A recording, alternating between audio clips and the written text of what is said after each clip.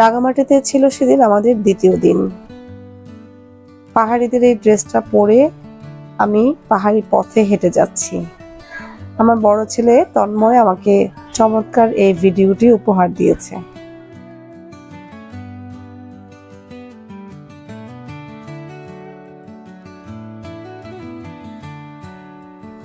রাঙামাটি ট্যুরে আমাদের এই সাথে ছিল আমার ছোট বোন, ওর 2 মেয়ে, আমার 2 ছেলে।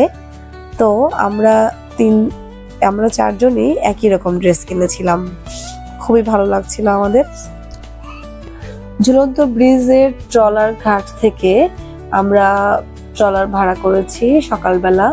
তো আমাদেরকে বলা হয়েছে 2500 থেকে ভাড়া শুরু। বিভিন্ন রেটের ট্রলার ছিল।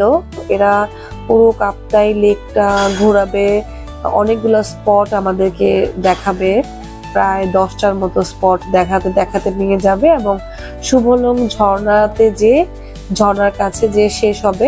তো ঝর্ণায় বাচ্চারা ঝাপাঝাপি করবে, ওরা খুবই এক্সাইটেড। ততক্ষণে অনেকেরই ট্রলার চলে আসছে, বাট আমাদেরটা এখনো আসছিল না।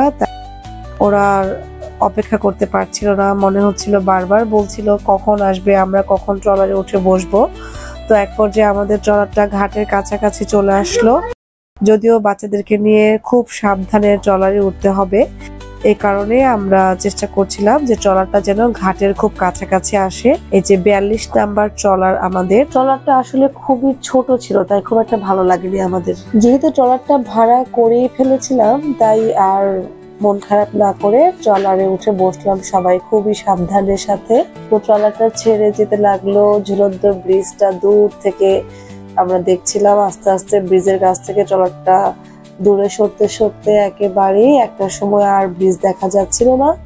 আর ট্রলার থেকে চতুর্দিকের কাপ্তাইয়ের চমৎকার ভিউ দেখতে দেখতে আমরা একেবারে মুগ্ধ।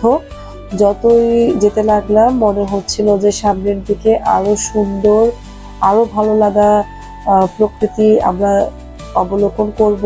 তো সবাই খুব খুশি যে ট্রলারটা ছেড়ে যাওয়ার পরে আর কারোর মধ্যে ট্রলার ছোট কিংবা ভাড়া বেশি এসব নিয়ে কোনো রকমের দুশ্চিন্তাই ছিল না। সবাই প্রকৃতির অপরূপ সৌন্দর্য উপভোগ করতে লাগলো। আমার ছোট বোন, সেও খুব এক্সাইটেড।